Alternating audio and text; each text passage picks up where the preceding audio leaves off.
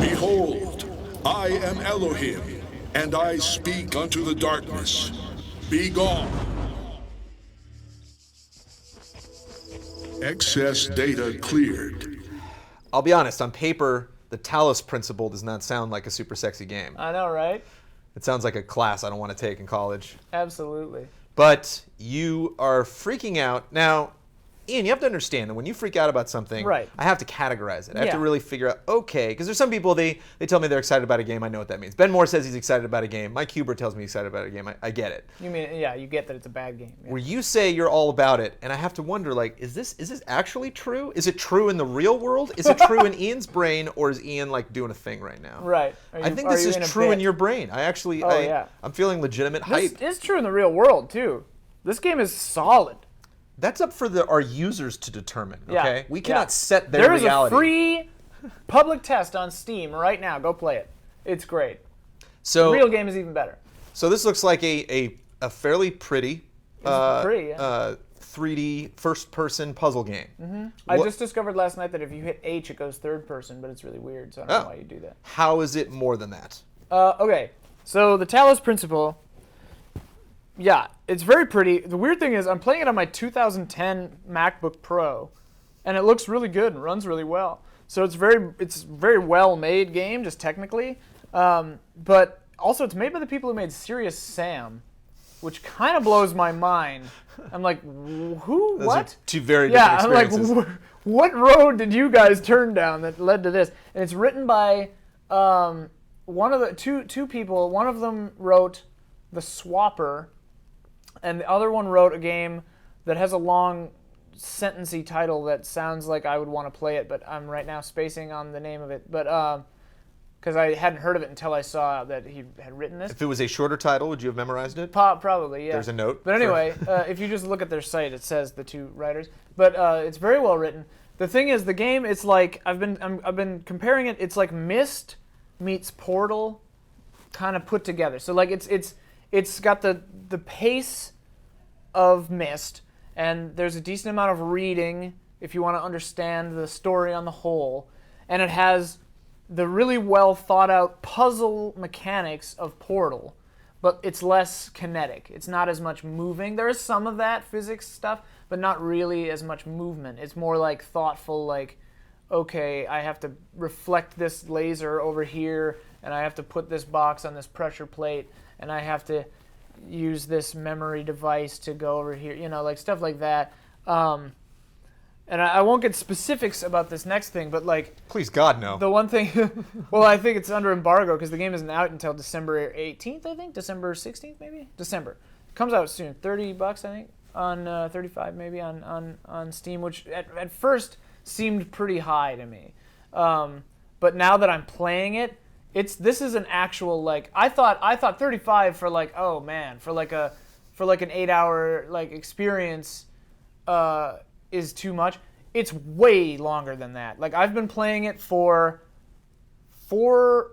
maybe a week now, and I'm probably 80% of the way through the game. There are different zones, and each zone has like 7 worlds in them, and in each world you need to collect anywhere between like 3 and 6 or 7 of these sigils that look like Tetris pieces, like tetrominoes or whatever. Like, you put them on, and then you collect those, and then you have to put them in those like 10-gram, like, make them all fit in this box kind of a thing. It's weird. It's very puzzly. It has a very outright Witness feel. I was going to say, what do you feel is the difference between this and something like Witness? I've only played a little bit of Witness, so I'm not really sure. They do strike me as similar. They're definitely on the same Obviously, yeah, Talos Principle looks more realistic, and Witness kind of more Witness stylized, has a more colorful stylized, vibe. Yeah, and Witness, the puzzles are different format-wise than these. I'm guessing that Witness branches out from the, like, trace the line kind of puzzles. Even in the bit I played, it wraps even that gimmick changes, because you're like, wait, what am I even supposed to do with this puzzle? But Talos Principle, there are the first few puzzles, they're just like force field things. And you have to use jammers to unjam to like open them, and there are like these little orbs that can blow up and kill you if you get near them. Which at first I didn't really like because the public test doesn't have those in it. But then I got used to it, and they're actually thoughtful. They're not just enemies. They're on patterns, but like where they are in the puzzles is really, and like later game stuff. Such cool things happen with it, but like. The coolest thing about it is it's very Portal in that there's the world as you are first presented, but it becomes apparent rather soon that there's much more to it than that. The story involves these AIs, and there's this voice in the sky, this god called Elohim, which just means God basically, but there's this god talking to you, and you're his child. It's very like theological. There's a lot of theology references like Christianity, Roman, Egyptian myth, like all these myth stuff. It's very like thoughtful, and like all the things you can read on these computers are very thoughtful. But then there's this voice on the computer that talks to you sometimes that Elohim refers to as the serpent. So it's like kind of this, and it's like this, but everything's an AI, and like you're an AI, and like you're inside a giant computer that's like thousands of years old maybe. Like it's all very... Do you feel like they wanted to make a really fun puzzle game and then kind of created this crazy story for it? Or do you feel like the story maybe existed before, and that was kind of the genesis, and they thought a puzzle game might be the best way to tell it? They fit together very well. It's so the puzzles. The nice thing about it is that I'm huge. One of my biggest things about video games is I like when the systems, when form and function are together. You know, like that's one of the things I don't like about Last of Us is like you walk into a room, there's a bunch of knee-high walls, and you're like, okay, I'm about to get into a shootout, and then you do. Whereas in like Dark Souls or whatever, like. The world is the world, and yeah, you have a menu, but it doesn't pause the game because it's kind of a trade-off. In this, like, you're inside of a computer simulation, as far as I can tell, and so that makes everything that happens make sense within the world of the game. So, like, yeah, I mean, I guess, I don't know. They could have been like, I want to make a puzzle game, and we'll hire these two guys to write a story, but here's the kind of puzzles we're going to do. They could have been like that, but, like, I just unlocked some, like, weird other worlds last night that were puzzly, but they were different than the other puzzles, and it's just there's so much stuff, and it's like the payoff. I mean I haven't beaten it yet, but I'm really hoping that there's this payoff because it's definitely offering you a choice too. Like, do you go up this thing you've been told from the beginning not to do, which obviously you're gonna do, or do you just go through this door and like into eternity? And sure. like, yeah, and so it's it's such an interesting, like, it's very thoughtful. It's a very thoughtful game, but the thing that gets me about it, or like that I love the most about it, is the puzzle design is phenomenal. Like, never has there been a puzzle. There have been two puzzles I think that like I got hung up on for a little while. One that I left to come back to later. And it was hilarious because I came back to it the next morning or whatever, beat it in 40 seconds. Right. Because like I knew what I had to do, I just couldn't wrap my head around how to do it. But taking that space, I came back in and I was like, oh, obviously you just do. Yeah. That was actually going to be my next question. When did you get stuck and what happened? Yeah, it was things like that. Like that one, I think there was a wall here with a door and a laser emitter over here and a red door and then a blue laser had to go through, whatever. And never mind. But like... I had to cross these lasers in a certain way, and they had to go through this door, but I had to keep that door open to turn on the other one. So like there was like a logical disconnect, but then I was like, oh wait, I just need to blast it with two different things at the same time and then take the other one away. I was going to tell you to do that, yeah. but had I been there, you could have just walked right through it. I got very specific on that, but like the best things in this game are when you try something that you like. Even Portal, I think, didn't do a great job of this, where I just have a crazy idea that I'm like, there's no way this is how you do it. There's no way this is going to work. And then it works. I don't know if it's the correct way to do it, but it actually works. And there are things built into the game that are basically for that. Like, so you're collecting all these sigils, right? And those are all within little puzzles that have a purple force field that you can't take items out of, right? But there are stars that you need to also collect that unlock other later game stuff. And There was a moment, the first time it happened, it blew me away. There was a moment where I realized I needed to raise a laser emitter with a certain color. Well, first, I went into one puzzle, and the laser beams in that were all blue, right? Okay. And there's a laser beam acceptor or whatever, collector, that was red. But there's no red laser in the entire puzzle. And I was like, what? What is this? And I'm like, okay, maybe later I'll get an item that emits lasers, or I'll have to do a thing. And then I went to a different puzzle, and I put the laser refractor on a thing, and the lasers were red in this puzzle, and I raised it up on a box on a fan, and then I was like, no way. No way.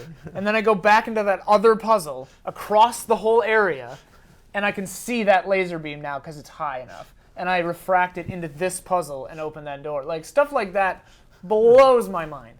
It's so cool. I think you think very little of the rest of the GT staff if you don't think any of us are going to play this game. You know, you can recommend a game. I don't know. And you can. I recommended. We'll I check said it this out. game was great, and Kyle said no. I don't remember exactly what he's saying right over there. He was just surprised. Yeah, You know. I mean, I think he'd played it at E3, and what he said was that it was a puzzle game about just like shooting these lasers around and stuff, and it seemed very, I think, and I could definitely see that playing it in a short burst, even the public Yeah. test, you could see it as a very simple, like, not forgettable, but maybe like not that special of a game.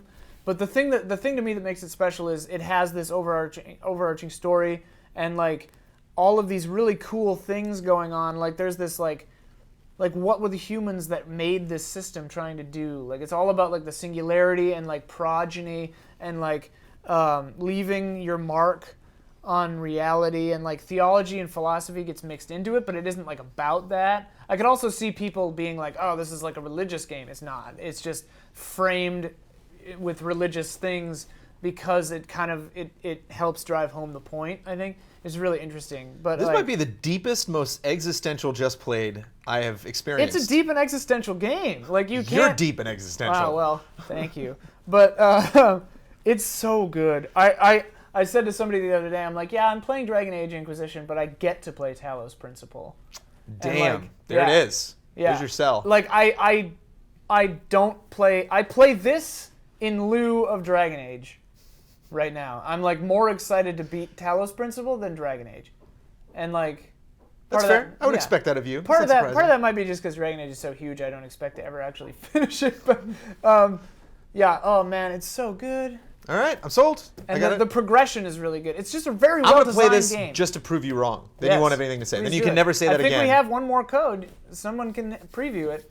Delicious. Oh yeah, I should mention that. Full disclosure, I got a preview code of this game. So. And then we can both It talk about saved the me game the on a later $35. episode, and no one will know what the hell we're talking Yeah, about. and we'll just be like, oh, remember the one where you got the thing and the blah blah, and yeah. God, some of the mechanics you unlock later are so cool. Thing with Anyway, the blah blah was a hell of a I puzzle. know. It's so good. No one's gonna believe me. I've got Cassandra syndrome, like, because I'm so hyperbolic all the time about every game is the best or every game is the worst. Like every time I discover an actually truly beautiful game, no one believes me. What if I don't like it? I'll just confirm in a later episode. Like, You and I, Brandon, I'm gonna let you know a little secret here, Brandon. You and I don't tend to like the same games a well, lot what's of right? the This is time. it. This is it. You love GTA 5. This is gonna be the merge. This would be wonderful. We don't have to bring GTA 5. You're already bringing all these other games. I'm into sorry. This, okay? I'm sorry. You had to bring up Last of Us, didn't you? You're right. God, Ian. It hurts. shut me, your mouth. It hurts me to hear you be so wrong all the time. I'm just kidding. Okay, bye. The answer that came to me again and again was play. Every human society in recorded history has games. We don't just solve problems out of necessity. We do it for fun, even as adults. Leave a human being alone with a knotted rope, and they will unravel it. Leave a human being alone with blocks, and they will build something. Games are part of what makes us human. We see the world as a mystery, a puzzle, because we've always been a species of problem solvers.